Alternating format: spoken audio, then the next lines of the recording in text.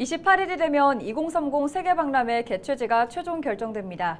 결전의 날이 코앞으로 다가왔는데요. 차선영 기자와 현지 분위기, 막판 역전 드라마를 쓸 수 있을지 자세하게 이야기 나눠보겠습니다.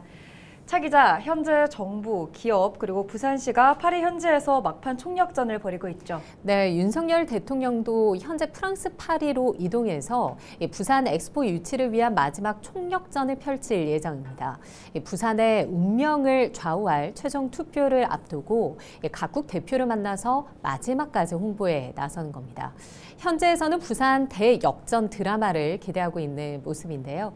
박형준 부산시장은 지난 13일 프랑스 파리로 출국해서 정부와 기업들과 함께 역할을 분담해 유기적으로 움직이면서 교섭 활동에 집중하고 있습니다. 박형준 부산시장의 이야기 잠시 들어보시죠. 그동안 아마 역대 엑스포 가운데 이번 엑스포가 가장 치열한 경쟁을 하고 있다고 다들 평가를 하고 있습니다. 한국이 그동안 최근 몇 달 동안 상승세라는 것은 모두가 인정을 하는 바이고요.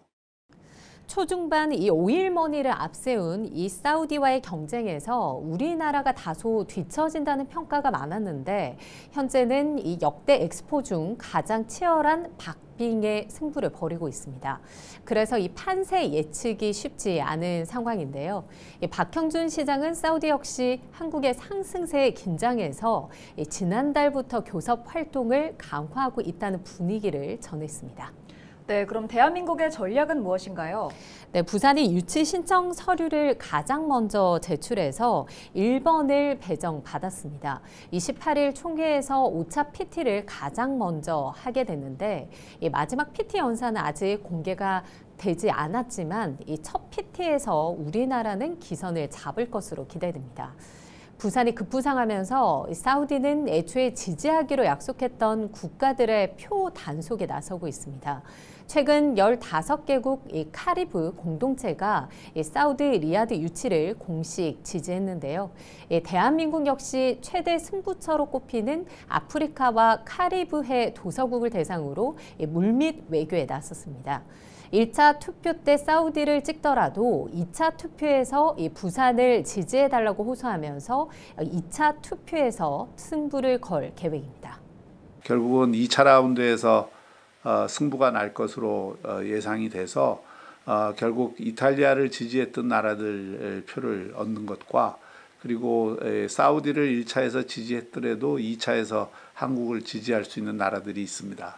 그런 나라들 를 확고하게 다져서. 네, 대한민국 유치에 작용할 수 있는 변수 어떤 게 있을까요? 네, 우선 사우디에서 앞서 말씀드린 대로 오일머니를 활용한 지원을 약속하며 이 막판 총력전을 벌이고 있습니다. 하지만 인류 보편적 가치를 지향하는 이 엑스포 정신은 잘 드러나지 않는다는 평가가 많습니다. 또 팔레스타인 무장 정파 하마스의 이스라엘 기습 공격으로 촉발한 이 분쟁으로 현재 이 중동 정세가 불안한 부분도 사우디 입장에선 악재입니다. 이 사우디가 최근 2034 이 월드컵 개최권을 따낸 것 우리나라 입장에선 호재가 될 수 있습니다. 네, 28일 총회가 열리는데 그럼 최종 발표는 언제가 될까요? 네, 28일 이 BIE 총회 일정을 보면 먼저 2025년에 열리는 오사카 엑스포 준비 상황을 보고 받은 후에 밤 10시부터 1시간여 동안 5차 경쟁 프레젠테이션이 진행됩니다. 대한민국 부산과 이탈리아 로마, 사우디 리야드 순서로 20분씩 진행이 되는데요. 이후 182개 BIE 회원국이 한 표씩 투표를 진행하고 1차 투표에서 3분의 2 이상 득표하는 도시가 없으면 가장 적게 득표한 도시를 제외하고 다시 2차 결선 투표를 치르게 됩니다. 2차 투표까지 진행이 된다면 한국 시간으로 29일 새벽 1시 전후에 개최지 윤곽이 드러날 전망입니다. 네, 결전의 땅 파리에서 우리나라의 승전보가 울리길 기대해 보겠습니다. 차선영 기자 수고하셨습니다.